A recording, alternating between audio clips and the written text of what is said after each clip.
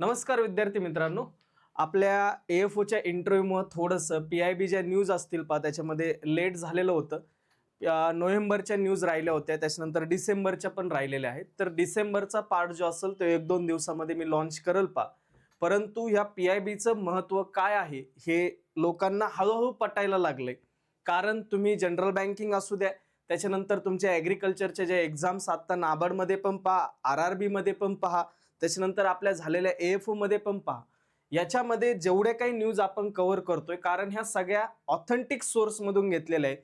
PIBच्या news website वरून घेतलेल्या आहेत. तर म्हणजेच ह्या गव्हर्नमेंटच्या न्यूज आहेत, तर हे डायरेक्टली आपण तिथून घेतोय. त्याच्यामुळे इथं ऑथेंटिकेशनचा प्रश्नच येत नाही. म्हणून ह्या ज्या न्यूज असतील जे की PIBच्या, जे की आपली प्रेस इन्फॉर्मेशन ब्युरो, हे जे इंडियन गव्हर्नमेंटचे जे काय न्यूज सांगण्याचे जे काही वेबसाईट आहे त्याच्यावरून आपण ह्या न्यूज घेत असतो. मग ह्या न्यूज ज्या असतील ह्या डायरेक्टली तुम्हाला पेपरमध्ये दिसल्या असतील आणि याच्यामध्ये ऑथेंटिक सोर्स असल्यामुळे आपल्याला तिथं विश्वास जो असेल बऱ्याच वेळेस होतं असं की आपल्याला एखादा करंट अफेअरची न्यूज ऐकताना की हे बरोबर असेलच का याची साशंकता आपल्या मनामध्ये असते. म्हणून आपण त्याच्यावरती लवकर विश्वास ठेवत नाही. आपल्याला थोडंसं 2-4 सोर्स आपल्याला यूज करावं लागतात. तर इथं तसं नाहीये. इथं डायरेक्टली तिथूनच न्यूज घेतलेल्या आहेत. म्हणून इथं आपल्याला जे काही ऑथेंटिकेशनचा प्रश्न असेल तो राहत नाही ठीक. तर आपण हे जवळपास जून महिन्यापासून आपण या सगळ्या मंथ वाईज हे सगळ्या गोष्टी करत आहोत. तर नोव्हेंबर मंथच्या थोड्याशा इंटरव्ह्यूच्या पार्टमुळे थोडासा पाठीमागे राहिला होता. डिसेंबरचा 1-2 दिवसामध्ये येऊनच जाईल तर आज आपण पाहणार आहोत नोव्हेंबरच्या ज्या न्यूज असतील ॲग्रिकल्चरच्या त्या सगळ्या महत्त्वाच्या न्यूज आहेत. बऱ्याचशा न्यूज अशा आहेत की ज्या इंटरव्ह्यूला डायरेक्टली विचारल्या जाऊ शकतात किंवा तुमच्या येणाऱ्या ज्या काही ॲग्रिकल्चरच्या एक्झाम्स असतील त्याच्यामध्ये डायरेक्टली दिसू शकतात ठीक. तर ह्या न्यूज पाहत असताना फक्त अभ्यासाच्या दृष्टीने पाहू नका, तर याच्यामध्ये तुमचा इंटरव्ह्यूचा जो पार्ट असेल हा इंटरव्ह्यूचा पार्ट सुद्धा कव्हर होतोय. इंटरव्ह्यूमध्ये जे प्रश्न विचारले जातात जे की जनरल अवेअरनेस आपण ज्याला म्हणतो चालू घडामोडी, तिथं ॲग्रिकल्चरचे ज्यावेळेस प्रश्न येतात चालू घडामोडीवरचे ते याच्यातूनच असतात. म्हणून आपल्याला एक चांगला सोर्स जो असेल हा PIBच्या न्यूज असतात ठीक. तर याच्या अगोदर ह्या न्यूज सुरू करण्याच्या अगोदर आपण एक निश्चय नावाची एक बॅच सुरू करतोय 12 जानेवारीला. तर 12 जानेवारीला जी बॅच सुरू होणार आहे ती ऑनलाईन आणि ऑफलाईन हे हायब्रिड मोडमध्ये असणार आहे. या बॅचमध्ये तुमचं म्हणजेच ऑफलाईनला जे लेक्चर असेल ते ऑनलाईनला पण दिसणार आहे हायब्रिड मोडवरती. याच्यामध्ये एक विशेष असं आहे की तुम्हाला एका सब्जेक्टला एकच टीचर दिसणार आहे. त्याच्यामध्ये जे बऱ्याच वेळेस इथं प्रॉब्लेम असा होता की आकाश सर शिकवतात की नाही शिकवतात हा प्रश्न होता बऱ्याचशा मुलांच्या मनामध्ये. तो आता पूर्णपणे बंद झालेला असेल, कारण आता या बॅचला जे गणित असेल ते पूर्णपणे आकाश सर स्वतः घेणार आहेत. त्याच्यामुळे पूर्ण बॅचची जबाबदारी क्वांटची ही आकाश सरांवरती असणार आहे.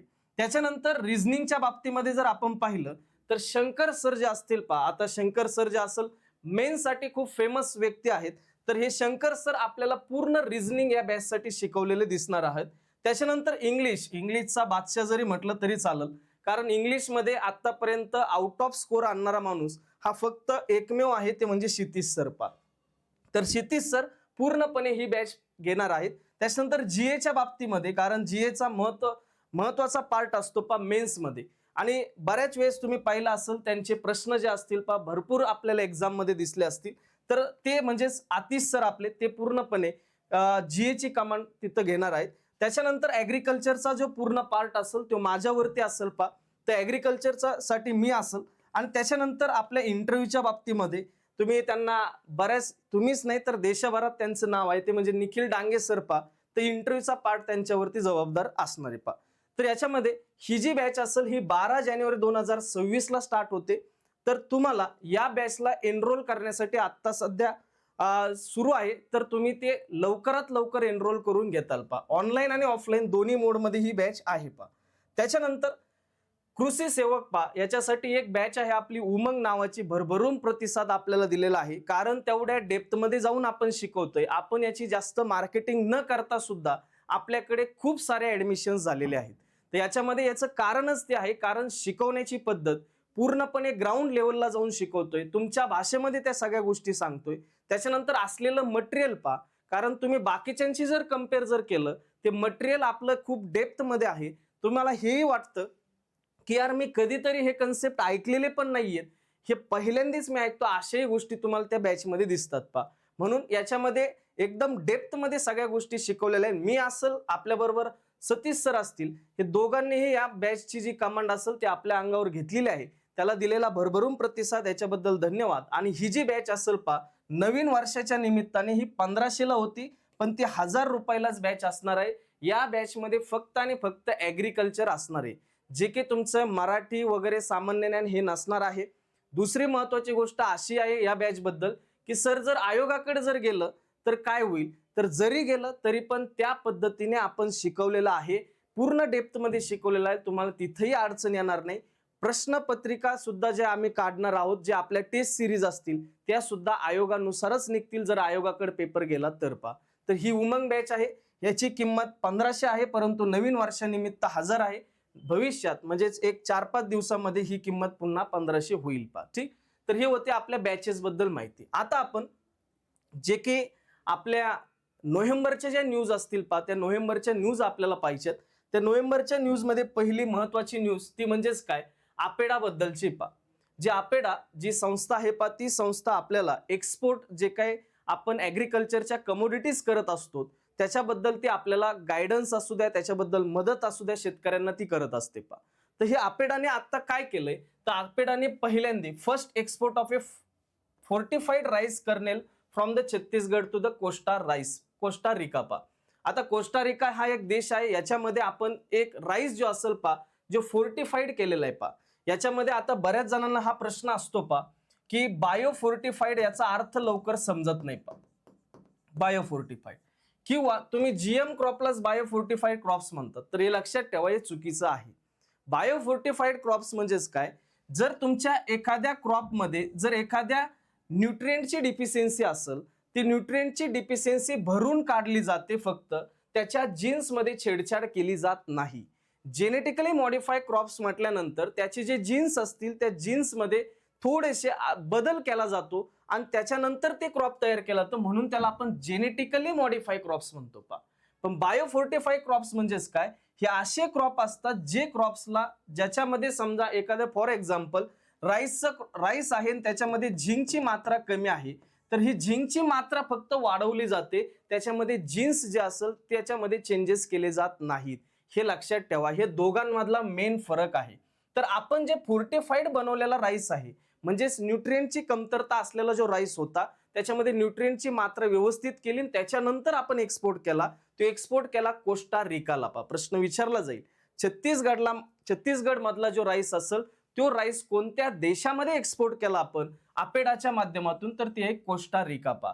12 मेट्रिक टन्स आपण फोर्टिफाईड राईस हा जो असेल पहा, हा आपण काय केला, छत्तीसगड वरून कोस्टा रिका या देशामध्ये पाठवलेला आहे पहा. दुसरी महत्वाची गोष्ट, हे जे इनिशिएटिव्ह घेतलेलं आहे, हे इनिशिएटिव्ह कोणत्या माध्यमातून घेतलंय, तर ते आपल्याला लक्षात ठेवायचं. कुपोषण मुक्त भारत, कुपोषण मुक्त जो भारत हे जे तुमचं मिशन आहे किंवा हे जे इनिशिएटिव्ह आहे भारत सरकारचा, याच्या अंडरमध्ये हे फोर्टिफाईड राईस आपण बनवलेला आहे आणि हा बनवलेला राईस आपण एक्सपोर्ट करतोय कोस्टा रिकाला पहा. हे लक्षात ठेवा. जर तुम्हाला कुपोषण मुक्त भारत कळत नसेल तर तुम्हाला हे कळत असेल माल न्यूट्रिशन फ्री इंडिया पहा. कुपोषण बऱ्याच ठिकाणी आपण पाहिलं असेल, आदिवासी एरिया असेल पहा, त्या ठिकाणी कुपोषणचा हा खूप मोठा प्रश्न आहे पहा. बऱ्याच जणांना अन्न भेटतं पण त्या पद्धतीने न्यूट्रिएंट त्यांना त्या अन्नातून भेटत नाही पहा. याच्यामुळे कुपोषण सारख्या आपल्याला परिस्थिती उद्भवलेली दिसते पहा. मग ही परिस्थिती कमी करण्यासाठी सरकारने कुपोषण मुक्त भारत हे एक इनिशिएटिव्ह घेतलेला आहे. याच माध्यमातून सरकारने हा फोर्टिफाईड राईस बनवलेला आहे आणि त्याचंच आपण काय करतो आता, एक्सपोर्ट केलेलं आपल्याला दिसतंय पहा. ठीक, आता हे जे तुमचं इनिशिएटिव्ह आहे कुपोषण मुक्त भारत, हे सुद्धा एका अभियानातर्फे चालवलं जातं, पोषण अभियान पहा. या अभियानाच्या अंतर्गत हा इनिशिएटिव्ह आहे आणि ह्या इनिशिएटिव्हच्या अंतर्गत फोर्टिफाईड राईस आहे आणि तो आपण एक्सपोर्ट करतोय पहा. ठीक, तर याच्यामध्ये दुसरी महत्वाची गोष्ट, हे जे तुमचा फोर्टिफाईड राईस आहे हा कंट्रीमध्ये डिस्ट्रीब्यूट करण्याची जबाबदारी कोणाची आहे, ही तर ऑलरेडी तुम्हाला माहित असेल पहा. एफसीआय जे काय असेल प्रोक्रुटमेंट करण्याचं काम करते पहा. नाफेड असेल, एफसीआय असेल, यांचं प्रोक्रुटमेंट करण्याचं काम असतं पहा. प्रोक्रुटमेंट करणे म्हणजेच काय, तुमचे जे काही शेतकऱ्याकडून राईस असेल, गहू असेल, हा घेण्याचं काम, एमएसपीच्या बेसिसवरती घेण्याचं काम हे कोणाचं असतंय, FCIचं असते. पण तेच जर पल्सेस आणि ऑइल सीड जर तुमचे क्रॉप असतील, ते घेण्याचं काम FCI वरती नाहीये, तर ते आहे नाफेडकडे. ते कोणाकडे, नाफेडकडे. आणि जर कॉटनच्या बाबतीत जर विचार केला तर ते CCI कडे. तर हे आपल्याला माहित असलं पाहिजे, कारण हे प्रश्न इंटरव्ह्यूला विचारले जातात. तर आपल्याला मेन प्रॉब्लेम काय होतो, इंटरव्ह्यूची वेगळी तयारी करण्याची गरज लागत नाही. जर असे जर तुम्ही सगळ्या बाजूने जर अभ्यास केला तर इंटरव्ह्यूची तयारी करण्याची गरज नाही. ठीक. आता हे FCI प्रोव्हाइड केलं जातं फोर्टिफाईड राईस आपल्या भारतामध्ये. ठीक. फोर्टिफाईड राईस कर्नल जे असेल म्हणजे जो राईस असेल हा प्रोड्यूस बाय कोणी केलाय, तर blending rice flour with micronutrient such as iron, folic acid आणि व्हिटॅमिन B12. आता एक लक्षात ठेवा, मी काय सांगितलं, बायोफोर्टिफाईड किंवा फोर्टिफाईड राईस मध्ये काय केलेलं असेल, तर त्याच्यामध्ये जे न्यूट्रिएंटची कमतरता आहे, जी कमतरता आपल्याला दिसली जाते, ती कमतरता भरून काढण्यासाठी हे फोर्टिफाईड क्रॉप्स तिथं तयार केले जातात. मग ह्या राईस मध्ये असे काय चेंजेस केले, तर या राईस मध्ये आयर्नची मात्रा वाढवली गेली, फोलिक ऍसिडची मात्रा वाढवली गेली, व्हिटॅमिन B12 ची मात्रा वाढवली गेली. सर याची गरज काय पडते, याची गरज अशी पडते, बायोफोर्टिफाईड किंवा फोर्टिफाईड क्रॉप्स त्याच वेळेस केले जाते, ते अशाच क्रॉप मध्ये केले जाते जे सगळ्यात जास्त कन्झम्पशन केले जाते. जसं की राईस असेल, व्हीट असेल, हे जे असेल हे बऱ्याच ठिकाणी तुम्ही पाहतायत. नॉर्थ इंडियाला गेले तर व्हीट त्यांचं स्टेपल फूड समजलं जातं. राईस जे असेल साऊथ इंडियाला आले तर स्टेपल फूड समजलं जातं. मग जर लोक जे असतील मॅक्सिमम लोक फ्रुट्स वगैरे खरेदी करून न्यूट्रिएंटची मात्रा भागवू शकत नाहीये. तुम्ही जर तिथं बेरीज वगैरे जर समजा घ्यायला जर गेले तर तिथं 500-900 रुपये किलोने त्या बेरीज भेटत असतात. मग त्याच्यातून जे काही न्यूट्रिएंट्स तुम्हाला भेटणार असते ते शक्य नाही सगळ्यांना घेणं, पण सगळ्यांना घेणं शक्य आहे राईस किंवा व्हीट. सगळ्यांच्या जेवणामध्ये राईस किंवा व्हीट असतोच. मग त्याच्यामध्ये जर समजा आपण न्यूट्रिएंटची मात्रा जर वाढवली तर हे कुपोषण जे असेल ते कुपोषण कमी झालेलं आपल्याला दिसेल. तर हा याच्या पाठीमागचा उद्देश असतो बायोफोर्टिफाईडचा. म्हणून जे जास्तीत जास्त कन्झम्पशन केले जाते त्याच्यामध्येच हे फोर्टिफिकेशनची प्रक्रिया जास्तीत जास्त चालली जाते. ठीक. तर हे होतं आपली पहिली न्यूज. याच्यामध्ये आपल्याला 2-3 गोष्टी लक्षात ठेवायच्या. आपेडाने इथं मदत केलेली आहे कशासाठी, फोर्टिफाईड राईस एक्सपोर्ट करण्यासाठी. ती कुठून, तर छत्तीसगड मधून कोस्टारिकाला. हे एक आपल्याला लक्षात ठेवायचं. दुसरी महत्वाची गोष्ट, हे जे फोर्टिफाईड राईस बनवण्याचं जे काय काम केलं गेलं ते इनिशिएटिव्ह कोणतं आहे, कुपोषण मुक्त भारत याच्याद्वारे केलं गेलेलं आहे. दुसरी महत्वाची गोष्ट, जो फोर्टिफाईड राईस बनवलाय त्याच्यामध्ये कोणते मायक्रो न्यूट्रिएंट्सची मात्रा वाढवलेली आहे, तर तुमचं उत्तर असेल आयर्न, फोलिक ऍसिड आणि व्हिटॅमिन B12. तर हे आपल्याला लक्षात ठेवायचं आहे. ठीक. तर ही पहिली न्यूज होती. दुसरी जी काय असेल तुमची महत्वाची न्यूज, अतिशय महत्वाची न्यूज ही पेपरलाही विचारली जाऊ शकते, अमूल आणि इफ्कोच्या बाबतीत. आता ह्या दोन्ही जर तुम्ही संस्था पाहिल्या, त्या दोन्ही संस्था ह्या सहकारी तत्वावर चालणाऱ्या संस्था आहेत. आणि आपल्याला माहिती आहे की आपल्या सरकारने सहकार मंत्रालय हे सेपरेट बनवलेलं आहे. पहिलं हे सेपरेट मंत्रालय नव्हतं, आता हे सेपरेट बनवलेलं आहे, ज्याचे मिनिस्टर आपल्याला श्री अमित शाह सर दिसत आहेत. तर हे अमूल आणि इफ्कोने अशी कामगिरी केलेली आहे ज्याच्यामुळे भारताची मान उंचावलेली आहे. अशी काय कामगिरी केली, तर याची कामगिरी अशी आहे, जे काही इंटरनॅशनल कोऑपरेटिव्ह अलायन्स आहे ज्याला ICA म्हटलं जातं, ह्यांचा 2025चा जो रिपोर्ट आला याच्यामध्ये त्यांनी सांगितलंय की पहिल्या जे काही टॉप 10 कोऑपरेटिव्ह संस्था आहे, ज्या सहकारी तत्वावर चालणाऱ्या संस्था आहेत, पहिल्या टॉप 10 मध्ये पहिले जे 2 रँक आहेत, 1 नंबर आणि 2 नंबर, हे दोन्ही आपले आहेत, अमूल आणि इफ्को. अमूल आणि इफ्को एवढं मोठं काम त्या अमूल आणि इफ्कोने केलेलं आहे. जे काही तुमचे milestone recognise during the cooperative and mutual leadership circle ICA CM50 conference ही दोहा कतारमध्ये भरली होती, त्याच्यामध्ये हे रिपोर्ट सादर केलेले आहेत. जी काय तुमची कॉन्फरन्स भरली होती की याचे पहिले टॉप 10 नंबर काढण्याची, तर ती भरली होती दोहा कतार इथे. कतार देशामध्ये दोहा या शहरात भरली होती. आणि त्याच्यामध्ये सांगितलं गेलं जे पहिले टॉप 10 आहे त्याच्यापैकी पहिला आणि दुसरा जो रँक आहे तो अमूल आणि इफ्कोचा आहे. ऑल ओव्हर वर्ल्ड मध्ये म्हणतोय मी, इंडियामध्ये म्हणत नाही. ऑल ओव्हर वर्ल्ड मध्ये अमूल आणि इफ्को ह्या पहिल्या 2 संस्था आहेत ज्या कोऑपरेटिव्ह सहकारी तत्वावरती चालणाऱ्या संस्था आहेत. पहिल्या 2 नंबरला आपण आहे. ठीक. त्याच्यानंतर मग आपल्याला ही त्यांची न्यूज आहे. अमूल जे असेल नरेंद्र मोदी साहेबांनी सुद्धा त्याचं कौतुक केलंय. Gujarat cooperative milk marketing federation limited Amul जी आहे, तर ही जी असे फर्स्ट रँक तिची आहे, जी सगळ्यात मोठी जी कोऑपरेटिव्ह संस्था समजली जाईल जगातली ती अमूल आहे सध्या, आणि 2 नंबरला आपली जी इफ्को आहे ती 2 नंबरला आलेली आहे पा. 2 नंबरला सहकार तत्वावर चालणाऱ्या जे काही तुमच्या कंपन्या आहेत किंवा ऑर्गनायझेशन आहेत त्या ह्या पहिल्या 2 आहेत पा. ठीक, पुढे गेल्यानंतर मग आपल्याला थोडंसं अमूल बद्दलही माहिती पाहिजे. अभ्यास करताना फक्त तेवढंच नाही वाचायचं की अमूल आणि इफ्को हे 1 आणि 2 नंबरला आहे, तर आपल्याला त्याच्या पाठीमागचा थोडासा इतिहास पण माहित असला पाहिजे, जेणेकरून आपल्याला बाकीचा पण दृष्टीने फायदा झाला पाहिजे. ठीक, आनंद जे असेल पा, जे अमूल आनंद मिल्क युनियन लिमिटेड, अमूल याचा लॉंग फॉर्म, याच्यामध्ये इस्टॅब्लिशमेंट महत्वाचं आहे. 14 डिसेंबर 1946 ला याची इस्टॅब्लिशमेंट झालेली आहे. सध्याचे जे चेअरमन आहे ते अशोक चौधरी सर आहेत पा. लोकेशन याचं कुठं आहे तर आनंद त्याच्या नावातच दिसतंय, तर आनंदला आहे हे आपल्याला लक्षात ठेवायचं. आनंद एक कैरा डिस्ट्रिक्ट मध्ये एक आनंद एक शहर आहे, त्याच्यामध्ये आपल्याला हे लोकेशन दिसतं पा. त्याच्यानंतर ही कोणी शोधून काढलेली आहे किंवा याची सुरुवात कोणी केलेली आहे तर हे सुरुवात केली आहे त्रिभुवनदास पटेल यांनी सुरुवात केली, जे त्यावेळेचे आपले वल्लभभाई पटेल असतील, त्याच्यानंतर मोरारजी देसाई असतील जे प्राईम मिनिस्टर होते पा, आणि वल्लभभाई पटेल पा हे गृहमंत्री असतील त्या टायमिंगला. तर या दोघांच्या मदतीने त्रिभुवनदास पटेल यांनी ही पहिल्यांदी ही आनंद नावाची जी संस्था आहे ती शोधून किंवा ती सुरुवात केली होती पा. ठीक, 1950 ला ही जी असेल पा, ही संस्था ज्यावेळेस सुरू झाली ही पहिल्यांदी कोऑपरेटिव्ह नव्हते, सहकार तत्वावरती ती चालत नव्हते. तिला सहकार तत्वाचा जो दर्जा दिला गेला ते 1950 ला दिला गेला पा.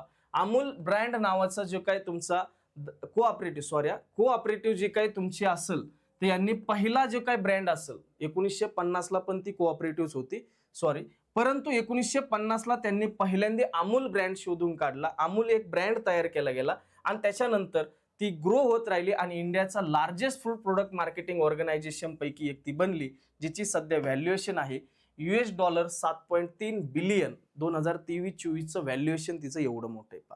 तर आपल्याला याच्यामध्ये आनंद जे असेल ती कधी स्थापना झाली हे एक महत्वाचं असेल, दुसरी महत्वाची गोष्ट ही शोधून कोणी काढली हे एक महत्वाचं असेल, आणि सध्याचे चेअरमन कोण आहे ते एक महत्वाचं असेल. दुसरं, इफ्को जी कंपनी आहे पा, इंडियन फार्मर्स फर्टिलायझर कोऑपरेटिव्ह पा, ही जी इफ्को नावाची जी कंपनी आहे जी सहकार तत्वावर चालली जाते, त्याची इस्टॅब्लिशमेंट 3 नोव्हेंबर 1967 ला झालेली आहे. चेअरमन जर पाहिले तर दिलीप सिंघानिया हे तिथे चेअरमन आपल्याला दिसते, पण एमडी आणि सीओ जे असेल के.जी. पटेल, विचारला जाईल पेपरला, के.जे. पटेल हे तिथं एमडी आणि सीओ आहेत. हेडक्वार्टरचा जर विचार केला तर हे नवी दिल्लीमध्ये हेडक्वार्टर आहे. आता याच्यामध्ये फर्टिलायझर बनवण्याचं काम ही इफ्को कंपनी, सगळ्यांना माहिती फर्टिलायझर बनवले जाते पा.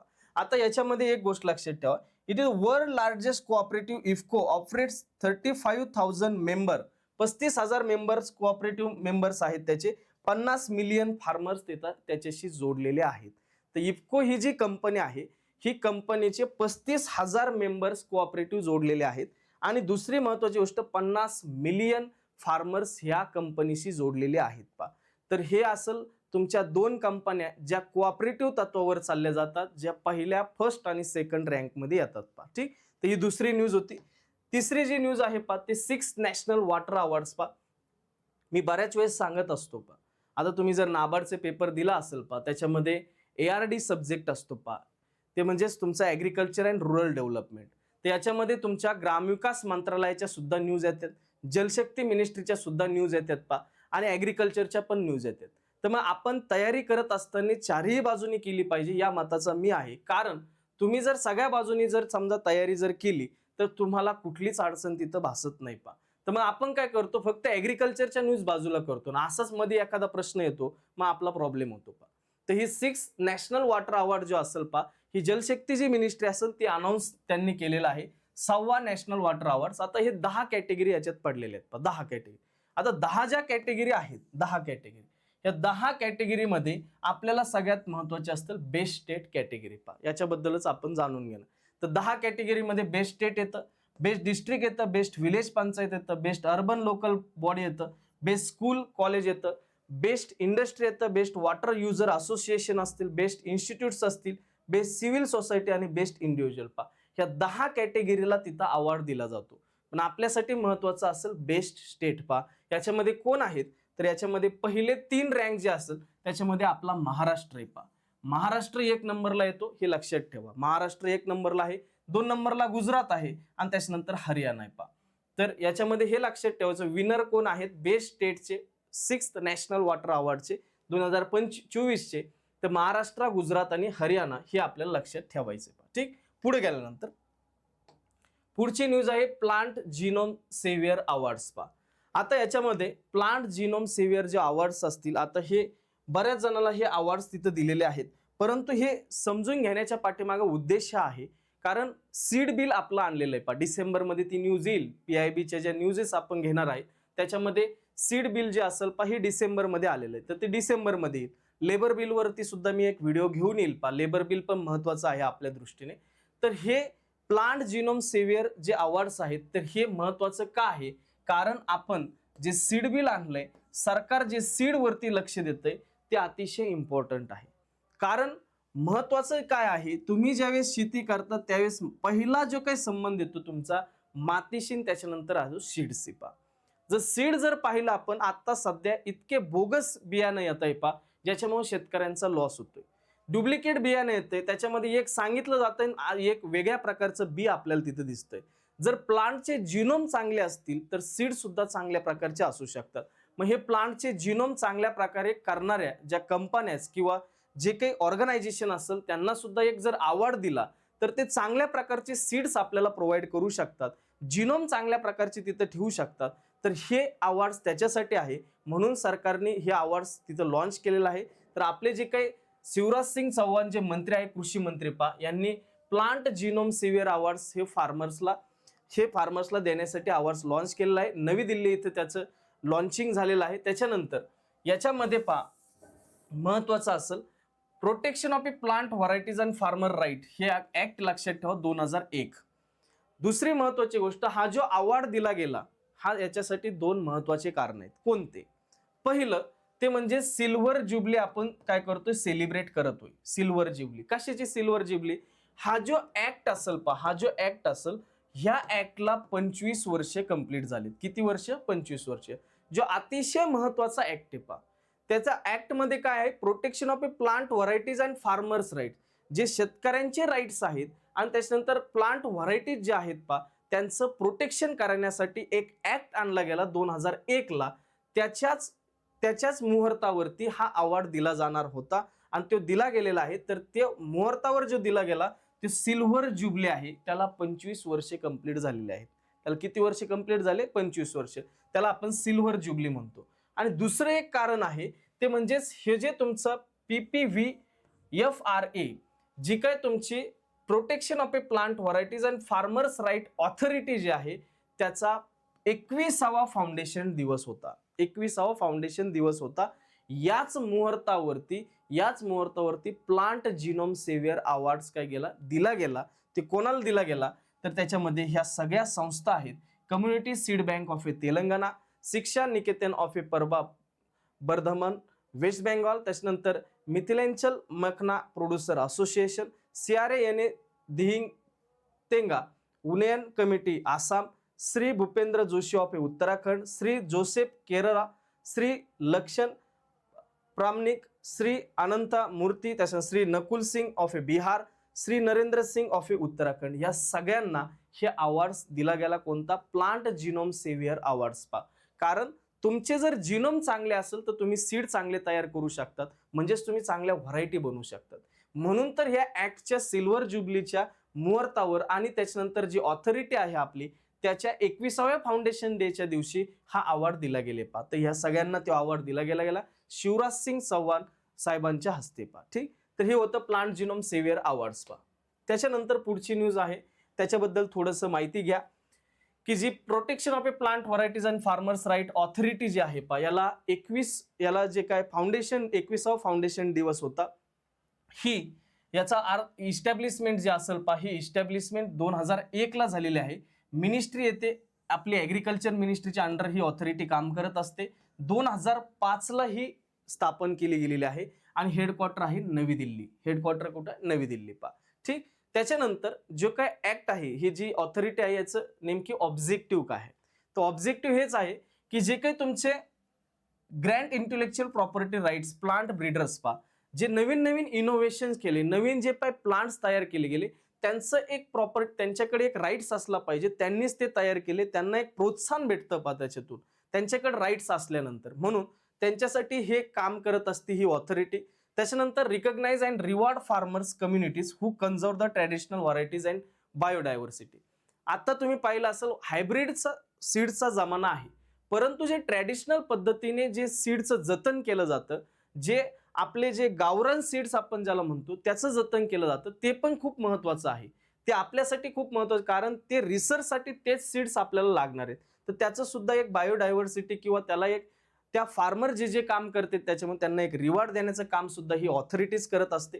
त्याच्यानंतर promote the protection farmer rights, save use sow resow exchange share and sell farm save seed register varieties. पा जे काही तुमच्या फार्मरनी जर समजा एखादी व्हरायटी काढली, तर प्रॉब्लेम असं होतो त्या फार्मरला काही माहिती नसतंय पा, तर त्या फार्मरने जर एखादी व्हरायटी डेव्हलप केली तर त्याचं जे काही रजिस्ट्रेशन वगैरे जे असेल, रजिस्टर व्हरायटीचं जे काही मार्केटिंग वगैरे असेल किंवा त्याचे जे काही एक्सचेंज असेल, शेअर असेल, हे सगळ्यांबद्दल प्रमोट करण्याचं काम हे ऑथॉरिटीचं असतंय पा.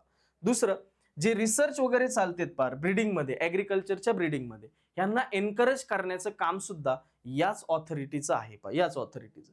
त्याच्यानंतर जे काही तुमचं national register of a plant variety, हे जे national register of a plant varieties आहे, याला मेंटेन ठेवण्याचं हे सुद्धा काम ह्याच ऑथॉरिटीवरती आहे पा, लक्षात ठेवा.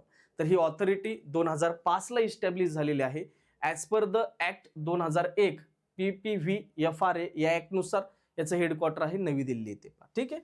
पुढे गेल्यानंतर Banas dairy and BBSL sign MOU to strengthen potato value chain पा. आता ही पण महत्वाची न्यूज आहे. तर ही जी डेअरी आहे, जी बानस डेअरी आहे पा, यांनी एक MOU तिथं साइन केलेला आहे BBSSL यांच्या बरोबर. सर हे BBSSL हे काय आहे नेमकी? तर ही आहे भारतीय बीज सहकारी समिती लिमिटेड. तर ही जी तुमची संस्था आहे यांच्याबरोबर एक MOU साइन केलेला आहे. म्हणजेच तिथं जे काय मेमोरंडम ऑफ ए अंडरस्टँडिंग हे जे साइन केलेलं आहे, तर हा साइन ह्या दोन्ही इन्स्टिट्यूट्स मध्ये केला गेलेला आहे. एक बानस डेअरी जी अमूलचा एक पार्ट आहे, जी आशियाची लार्जेस्ट कोऑपरेटिव्ह संस्था आहे, जे आत्ताच आपण पाहिली, आशियाचीच नाही तर आता वर्ल्डची पण झालेली आहे ती. तर याचाच एक पार्ट एक बानस डेअरी आहे. तर याचा करार हे भारतीय बीज सहकारी समिती लिमिटेड बरोबर झालेला आहे. कशासाठी? तर potato value chain, strengthen the potato value chain, ह्याला स्ट्रेंथन करण्यासाठी झालेलं आहे पा. आता याच्यामध्ये एम काय आहेत नेमकी? याच्यामध्ये एम लक्षात ठेवा, जे काय तुमचे seed to market value chain of a potato जे असेल पा, बऱ्याच वेळेस आता गुजरातचं पार्ट जो असेल, बालाजी वेपर्स तुम्ही पाहिले असतील पा, पोटॅटोचं प्रोडक्शन तिथं पण जास्त प्रमाणात घेतलं जातं. तर याच्यामध्ये पा सीड टू मार्केट म्हणजे जे सीड्स असेल पा, ते मार्केट पर्यंत पोहोचवण्याचं हे जबाबदारी ह्या दोघांमधल्या जे काही MOU साधन झालं यांच्यावर असेल. सीड टू मार्केट म्हणजे potato value chain that insure the production of a certified, चांगल्या प्रकारचे सर्टिफाईड सीड्स तिथं तयार करणे पोटॅटोचं, जे सीड्स डिसीज फ्री असेल पा. त्याच्यानंतर while promoting the scientific cultivation methods, contract farming arrangement आणि इफिशियंट मार्केट लिंकेजेस पा.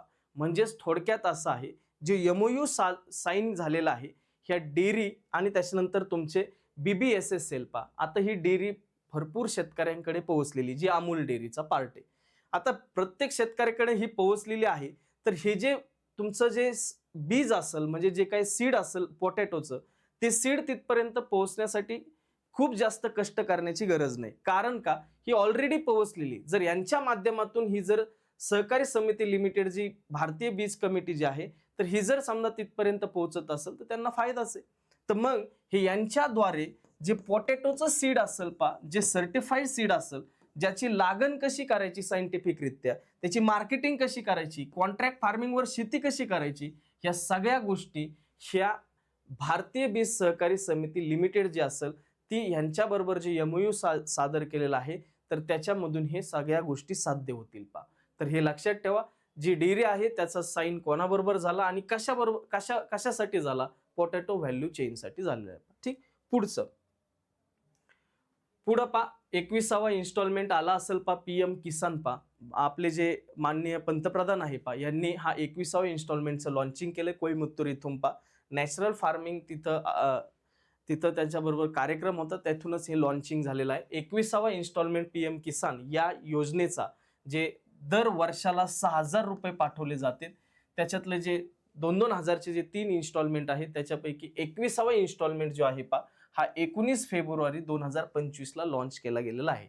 आता याच्यामध्ये 21व्या इन्स्टॉलमेंटमध्ये 18,000 करोड रुपये, किती रुपये? 18,000 करोड रुपये 9 करोड फार्मरच्या डायरेक्ट बेनिफिट ट्रान्सफर या सिस्टीमच्या मदतीने डायरेक्ट त्यांच्या अकाउंटमध्ये जमा केलेले आहेत. ठीक, आता आतापर्यंत 3.70 लाख करोड रुपये इथं आतापर्यंत दिले गेलेले आहेत. त्याच्यामध्ये जे 11 करोड फार्मर्स तिथं त्यांनी त्याचा लाभ घेतलेला आहे PM किसानच्या माध्यमातून. ठीक, दुसरं याच्यामध्ये KCC जे असेल आधार बेस KYC पण केलेले, डिजिटल लँड रेकॉर्ड्स आहे, त्याच्यानंतर PM किसान पोर्टल आहे. याच्याद्वारे तुमची जी ट्रान्सपरन्सी असेल ती सुद्धा तिथं वाढवली गेलेली आहे. त्याच्यासाठी एक AI चॅटबॉट सुद्धा आणलेला आहे, किसान ई मित्र AI चॅटबॉट आहे. त्याच्यानंतर PM किसान मोबाईल ॲप आहे, जे तुमचा हप्ता कधी येणार आहे, कुठपर्यंत आलेला आहे, या सगळ्या रिअल टाइम जे काय तुमचं माहिती असेल ती तुमच्यापर्यंत पोहोचवण्याचं काम करतं, ट्रान्सपरन्सी त्याच्यामध्ये आणण्याचं काम करतं. तर हे सगळे त्याच्यामध्ये मदत करत असतात. तर हा 21वा इन्स्टॉलमेंट होता. तर तो 21वा इन्स्टॉलमेंट आपला 19 नोव्हेंबर 2025 ला लॉन्च केला गेलेला आहे. ठीक, पुढं Asian seed congress 2025 Asian seed congress ही मुंबई येथे झाली, एवढंच लक्षात ठेवा. माननीय आपले जे कृषी मंत्री असेल शिवराज सिंग चौहान यांनी याचं उद्घाटन केलं मुंबई येथे झाली. याची थीम होती sowing the seeds of A prosperity through the quality seeds. Seeds बद्दल या 2 महिन्यामध्ये खूप सारं काम सरकारने केलेलं आहे. कारण याच्यामध्ये तुम्ही सीड बिल पण पाहताल. पुढच्या महिन्याचं जे काही PIB न्यूज मी बनवल त्याच्यामध्ये सीड बिल पण येईल. खूप महत्वाच्या स्टेप्स सीड्स बद्दल उचललेल्या सरकारने आपल्याला दिसतात. ठीक, आता याच्या पुढे गेल्यानंतर पुढची न्यूज आहे नॅशनल गोपाल रत्न अवॉर्ड 2025. अतिशय महत्वाची. नॅशनल मिल्क डे आहे. 26 नोव्हेंबरला मिल्क डे असतो. वर्गीस कुरियन या सरांच्या एक जयंती निमित्त आपण हा दिवस साजरा करत असतो. तर त्या दिवशी हा नॅशनल गोपाल रत्न अवॉर्ड दिला गेलेला आहे 2025चा. हा कोणाला भेटला हे आपल्यासाठी महत्वाचं आहे. तर हे 26 नोव्हेंबरला नॅशनल मिल्क डेच्या दिवशी हा अवॉर्ड तिथं दिला गेलेला आहे. हे अनाऊन्स कोण करतं याचं, तर एक लक्षात ठेवा, डिपार्टमेंट ऑफ ॲनिमल हजबंडरी, जे काय आपली मिनिस्ट्री आहे फिशरी आणि ॲनिमल हजबंडरी, ही जी मिनिस्ट्री आहे याच्यामध्ये एक डिपार्टमेंट येतं ॲनिमल हजबंडरी डिपार्टमेंट. त्या डिपार्टमेंटद्वारे या अवॉर्डची घोषणा केली गेलेली आहे. ठीक, पुढे गेल्यानंतर आता हे अवॉर्ड नेमकी कोणाकोणाला भेटला, तर ह्या 3 कॅटेगरी लक्षात ठेवा या अवॉर्डच्या. पहिले best dairy farmer rearing indigenous cattle buffalo breeds. असे फार्मर्स इंडिजिनियस कॅटल किंवा बफेलोच्या ब्रीड्स पाळतात, असे फार्मर्सला तो अवॉर्ड दिला गेलेला आहे.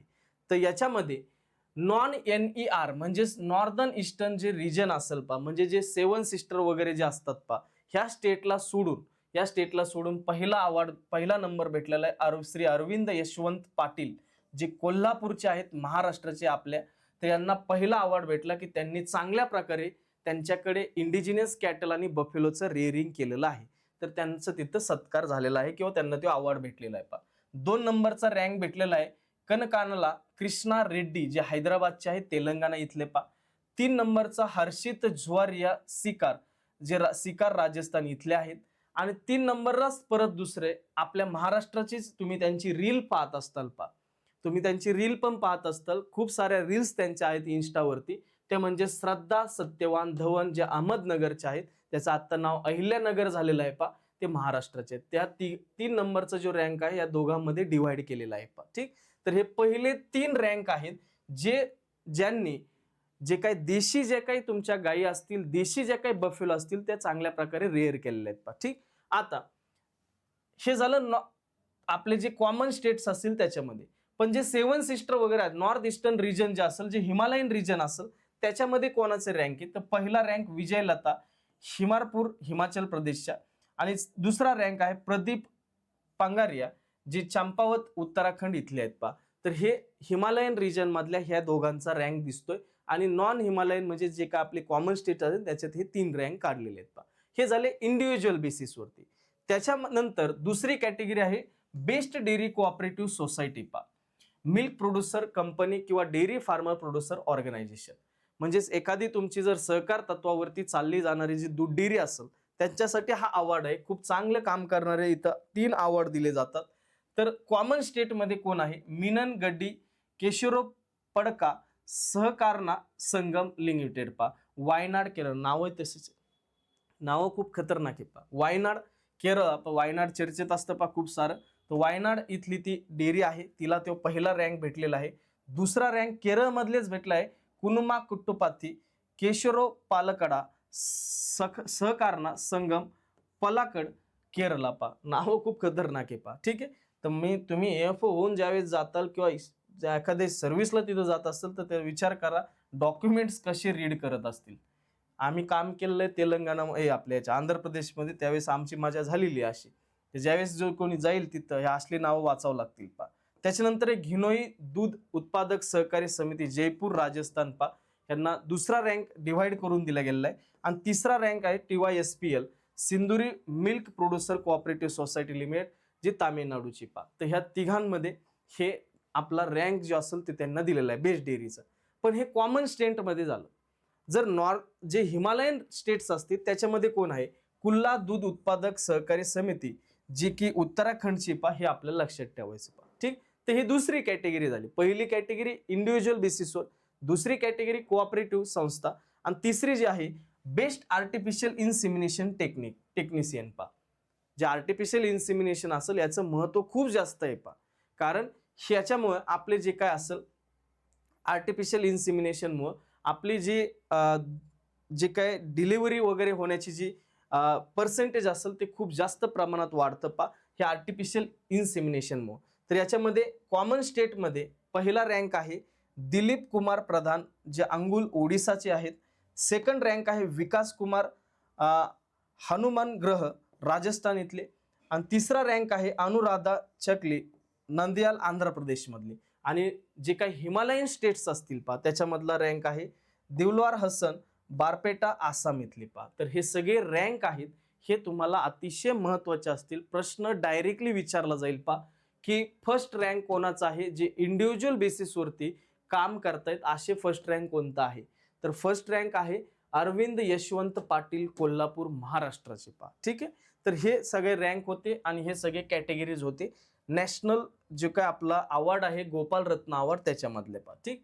पुढचा हे जे अवॉर्ड्स भेटले जातं त्याच्यामध्ये बक्षीस काय असतं? तर बक्षीस पा जे तुमचे अवॉर्ड्स असेल इंडिव्हिज्युअल बेसिसवरती, जे पहिल्या ज्या 2 कॅटेगरी आहेत पा, एक इंडिव्हिज्युअल बेसिसवरती आहे आणि एक कोऑपरेटिव्ह संस्था आहे पा. कोऑपरेटिव्ह संस्था या दोघांनाच तिथं पैसे दिले जातात. तिसरा जो आर्टिफिशियल इन्सिमिनेशन मधला जो काय अवॉर्ड आहे त्याच्यासाठी पैसे दिले जात नाही, हे लक्षात ठेवा. त्याच्यासाठी फक्त तुम्हाला एक स्मृतिचिन्ह आणि त्याच्यानंतर एक सर्टिफिकेट दिलं जातं पा.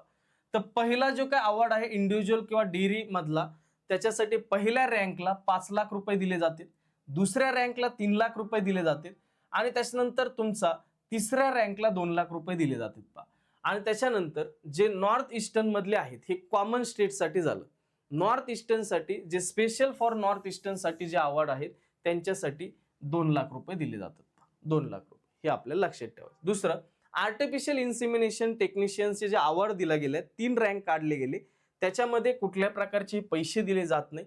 त्यांना फक्त एक सर्टिफिकेट ऑफ ए मेरिट आणि त्याच्यानंतर मेमेंटो ओनली पा, म्हणजे स्मृतिचिन्ह आणि सर्टिफिकेट दिलं जातं. त्याच्यामध्ये कुठल्या प्रकारचं कॅश मधले प्राइस दिली जात नाही, हे लक्षात ठेवायचं पा. ठीक. नॅशनल गोपाल रत्न अवॉर्ड जो असेल 2021 पासून याची सुरुवात झालेली आहे पा. हे जे काय असेल पा नॅशनल गोपाल रत्न अवॉर्ड जो असेल अॅन्युअली दिला जातो, हे आपल्याला लक्षात ठेवायचं. आणि दुसरी महत्वाची गोष्ट हे का दिला जातो? जे काही कोऑपरेटिव्ह ज्या संस्था असेल किंवा इंडिव्हिज्युअल बेसिसवरती जे देशी गायन आणि बफेलोसाठी काम करतात यांना एक प्रोत्साहन भेटावं. आर्टिफिशियल इन्सिमिनेशन मध्ये जे काम करतात त्यांना एक प्रोत्साहन भेटावं, यांच्यासाठी हे अवॉर्ड काढले गेले. तर हे याच्या पाठीमागचं एम आहे पा. फक्त हे लक्षात ठेवा अवॉर्ड कधीपासून सुरुवात झाला? 2021 पासून. ठीक आहे. पुढे गेल्यानंतर लक्षात ठेवा बरं हे सगळं. त्याच्यानंतर वर्ल्ड फिशरी डेज होता पा नोव्हेंबरमध्ये.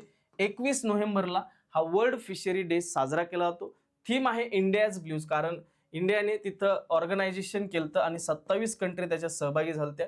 India's blue transformation strengthening value addition in sea food export पहा, हे आपल्याला लक्षात ठेवायचं. ठीक, तर हे वर्ल्ड फिशरी डेच्या बाबतीत होतं. त्याच्यानंतर नॅशनल मिल्क डे, याच मुहूर्तावरती जो आपला गोपाल रत्न अवॉर्ड असेल तो दिला गेलेला होता पहा. नॅशनल मिल्क डे जो असेल पहा, हा 26 नोव्हेंबरला साजरा केला जातो. नॅशनल मिल्क डे तो साजरा केला जातो आपले जे वर्गीस कुरियन सर आहेत पहा, यांच्या जयंतीनिमित्त पहा. त्यांना एक आपण मान सन्मान आपण देतो, कारण त्या सरांचं काम एवढं मोठं आहे. ज्या प्रकारे आपले स्वामीनाथन सर आहे त्याच पद्धतीने त्यांनी आपल्या जी मिल्कमध्ये जे त्यांनी काम केलेलं आहे पहा, ते खूप मोठं काम आहे पहा. त्यांचा एक सन्मान राखण्यासाठी आपण त्यांच्या वाढदिवसाच्या दिवशी नॅशनल मिल्क डे म्हणून साजरा करत असतो.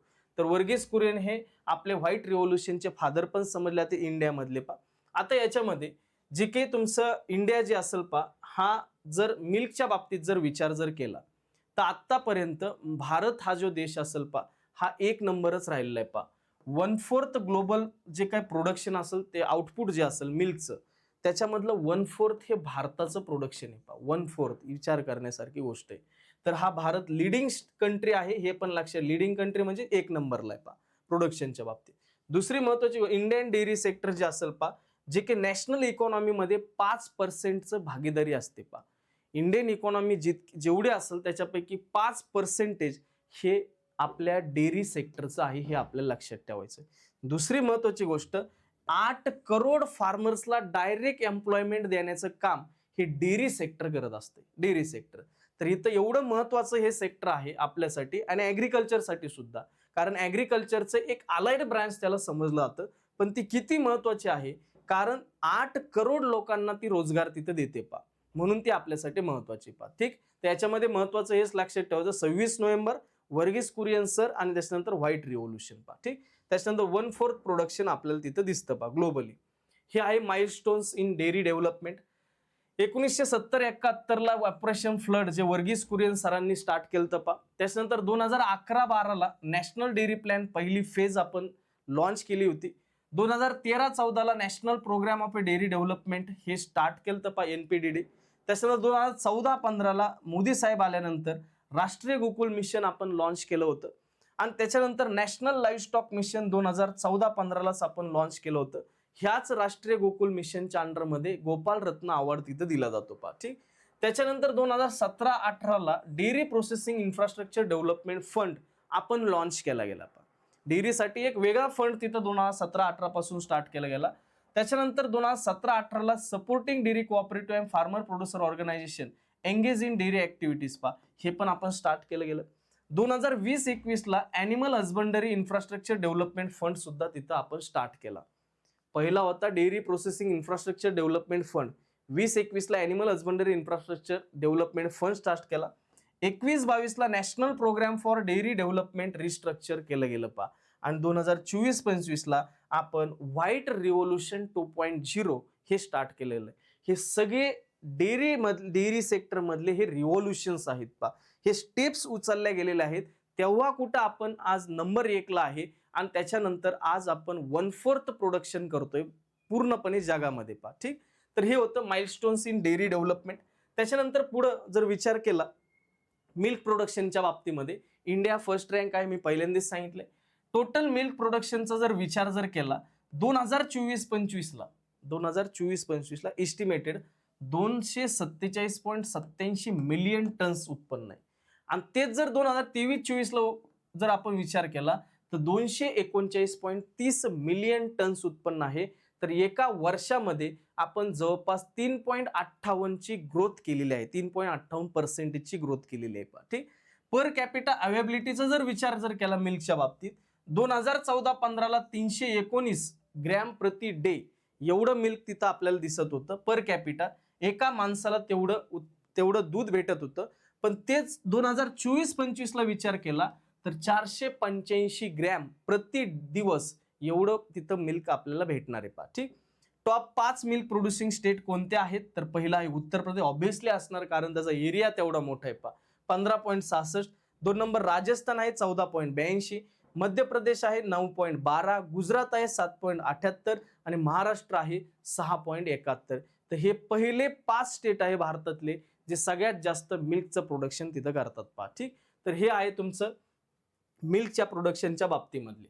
त्याच्यानंतर मिल्क प्रोडक्शन जे असेल एक्झॉटिक आणि क्रॉस ब्रीड कॅटल जे असेल ह्यांचं सुद्धा उत्पन्न वाढलेलं. कारण तुम्ही पाहिलं असेल देशीचं उत्पन्न थोडंसं कमी असते, त्याच्यामुळे आपले जे शेतकरी असतील ते शेतकरी थोडेसे क्रॉस ब्रीड किंवा एक्झॉटिक ब्रीडकडे वळलेले आपल्याला दिसतात पहा. तर हे सुद्धा उत्पन्न 4.97% वाढलेलं आहे. त्याच्यानंतर इंडिजिनियस काऊचं सुद्धा म्हणजे जे काही ज्यांच्याकडे देशी गाया असतील, नॉन डिस्क्रिप्ट ज्या कॅटल असतील पहा, नॉन डिस्क्रिप्ट म्हणजे ज्यांची ओळख आतापर्यंत आपल्या जगाला नाहीये किंवा देशाला नाहीये, अशा येतात ते नॉन एकदम लोकल लेवलच्या गायी पहा. यांचं सुद्धा उत्पन्न हे 3.51% वाढलेलं आहे प्रिव्हियस इयर पेक्षा. हे पण लक्षात ठेवा पहा. दुसरं असं की जे काही मिल्क प्रोडक्शन बफेलोज पासून भेटतं ते सुद्धा आपल्याला वाढलेलं दिसतंय 2.45% पहा, 2.45%. ठीक आहे. तर हे होतं आपल्या मिल्कच्या बाबतीतल्या सगळ्या गोष्टी. तर व्यवस्थित लक्षात ठेवा कारण ह्याच्यावर प्रश्न विचारला जाऊ शकतो पहा. पुढं हे आहे प्रोग्रेस. मिल्क प्रोडक्शन 2023-24 ला 239.30 होतं. त्याच्यानंतर आपण per capita milk availability 471 grams होती पहा 2023-24 ला. त्याच्यानंतर इंडियाज बोविन पॉप्युलेशन हे 303.76 मिलियन आहे 2023-24 चं चाललंय. Number of A milk animals म्हणजे दूध देणारे जे ॲनिमल्स 112 मिलियन आहे. आर्टिफिशियल इन्सिमिनेशन कंडक्टेड 2024-25 ला 565.55 लाख आपण केलेलं आहे पहा. तर हे सगळ्या इंडियन डेअरी सेक्टर मधली ही प्रोग्रेस आपल्याला दिसते पहा. पुढं म्हणजेच हे जे नोव्हेंबरच्या न्यूज असतील त्या न्यूज इथं संपलेल्या आहेत पहा. तर ह्या ज्या न्यूज असतील पहा ह्या अतिशय महत्त्वाच्या असतील. ॲग्रिकल्चरच्या बाबतीत तर आहेच, पण तुमच्या जनरल बँकिंगला पण काही क्वेश्चन्स याच्यातून दिसू शकतात. अमूलवरती, इफ्कोवरती, कारण ह्या पहिली आणि दुसरी इफ्को आणि अमूल ह्या पहिली आणि दुसरी हे आपल्याला कोऑपरेटिव्ह संस्था तिथे दिसतात पहा. म्हणून त्याच्यावर प्रश्न असू शकतो. तर हे लक्षात ठेवा. तर ह्या जनरल बँकिंगच्या करंट अफेअर्सला सुद्धा तिथे उपयोगाला येतील. त्याचबरोबर कृषी सेवकची जी ऍड आहे त्याला सुद्धा हे उपयोगाला येईल पहा. म्हणून जेवढे काही PIB न्यूज मी घेईल, PIB न्यूज, त्या PIB न्यूज कृपया पहा. कारण या न्यूज ज्या असतील पहा ह्या न्यूज तुम्हाला डायरेक्टली पेपरमध्ये दिसतील पहा. कारण याचं पहिल्या 2-3 महिने लोकांना महत्व कळलं नाही, पण जसे जसे लेक्चर केले आणि त्याच्यानंतर नाबार्ड असेल, त्याच्यानंतर RRBs असतील, त्याच्यानंतर आपले जे काही RRBचा स्केल 2 असेल, त्याच्यानंतर AFO असेल, त्याच्यानंतर काही जनरल बँकिंगचे प्रश्न पाहिले असतील तर ते सुद्धा ॲग्रीवरती दिसलेले न्यूज मधूनच याच्यातून दिसलेले आहेत पहा. म्हणून हळूहळू ते महत्व कळतंय. कारण होतं काय, आपल्याला वाचायची सवय काय असते, हा एक नोट्स दिली, ह्या नोट्समध्ये जे जे पॉईंट्स दिलेत ते पॉईंट्स वाचायचे आणि ते जे IBPS आहे ते IBPS या पॉईंटवर प्रश्न नाही विचार, याच्यात थोडंसं डेप्थमध्ये प्रश्न विचारतं. मग आपला प्रॉब्लेम होतो, मी तर न्यूज वाचलेली सर, पण प्रॉब्लेम हा झाला की एवढ्या डेप्थमध्ये वाचलेलीच नाही, मग आपला विषय गुल होतो. म्हणून जे काय तुम्ही वाचणार आहे, जे काय तुम्ही रीड करणार आहे ते डेप्थमध्ये नॉलेज असलं पाहिजे. तुम्हाला माहिती नाही की IBPS काय टाकणार आहे, लक्षात आलंय का? म्हणून डेप्थमध्ये पाहिजे पहा. तर मला एक अमूल माहिती की फर्स्ट आणि सेकंड नंबरला अमूल आणि इफ्को आली, पण अमूल बद्दल डायरेक्टली ते विचारते इस्टॅब्लिशमेंट कधी झाली, मग आपला गेम होतो. म्हणून मी त्या जे काही न्यूज असतील त्या थोड्याशा डिटेलमध्ये घेत असतो. म्हणून ह्या PIBचे जे लेक्चर्स असतील ते प्रॉपर पद्धतीने पाहत चला, कारण तुम्हाला त्याचा कुठं ना कुठं फायदा झालेला असेल. मग ते कुठल्याही एक्झाम असू द्या तुमच्या, त्याच्यामध्ये फायदा झालेला असू शकतो पहा. ठीक, कृषी सेवक आहेत सर, मग मी मराठीतूनच बोलतोय, काही वेगळं नाही बोलत. ते इंग्लिशमध्ये आहे पण ते समजण्यासारखं आहे, असं काही विशेष नाहीये. त्या न्यूज कृषी सेवकसाठी सुद्धा उपयोगाला येतील. ठीक, त्याच्यानंतर जे काय आपल्या ॲग्रिकल्चरच्या जेवढ्या काही एक्झाम्स असतील त्याच्यासाठी सुद्धा उपयोगाला येईल. आणि सगळ्यात महत्त्वाचं उपयोगाला येईल इंटरव्ह्यूसाठी सुद्धा. कारण जर वाचन असेल तर इंटरव्ह्यू काही अवघड जात नाही, ह्या मताचा मी आहे. कारण आतापर्यंत जेवढे कंडक्टनी इंटरव्ह्यू केलेत, मग तो SBIचा असो कुठलाही असो, ते इंटरव्ह्यू मी कंडक्ट करू शकतो. याचं कारण आहे वाचन. तुम्ही रीडिंग जर चांगली जर ठेवली तर तुम्हाला इंटरव्ह्यूचा काही भीती तिथं वाटत नाही. पण आपला प्रॉब्लेम काय होतो, आपण फक्त आणि फक्त तिथं जस्ट वाचत असतो, पण त्याचा सगळ्या बाजूने विचार कधीच करत नाही. त्याच्यामुळे आपण फक्त मार्कासाठी करत असतो, आपल्या नॉलेजसाठी नाही करत, म्हणून आपल्याला अडचणी येतात पहा. ठीक आहे. तर ह्या सगळ्या गोष्टी आहेत PIB न्यूज ज्या आपल्या असतील पहा. नोव्हेंबरच्या, डिसेंबरच्या ज्या न्यूज असतील पहा ते नक्कीच मी 1-2 दिवसामध्ये पूर्ण डिसेंबरच्या न्यूज घेऊन येईन. कारण डिसेंबरमध्ये सुद्धा ॲग्रिकल्चरमध्ये खूप घडामोडी घडलेल्या आहेत पहा. त्याच्यामध्ये सीड बिल असेल, लेबर बिल असेल पहा, ह्याच्यावरती मी सेपरेट व्हिडिओ पण घेऊन येईल, तर ते बिल आपल्यासाठी महत्त्वाचे असतील पहा. ठीक. तर हे होते तुमच्या नोव्हेंबरच्या PIBच्या न्यूज पहा. जर काही अडचण असेल तर ॲग्रिकल्चरच्या बाबतीमध्ये खाली नंबर वगैरे दिलेले आहेत, त्याच्यावर बिंदास कॉल करत चालायचे पहा. ठीक. तर आपण इथं थांबूया. पुन्हा अशाच एखाद्या नवीन चांगल्या व्हिडिओमध्ये भेटूया. तोपर्यंत धन्यवाद. थँक्यू.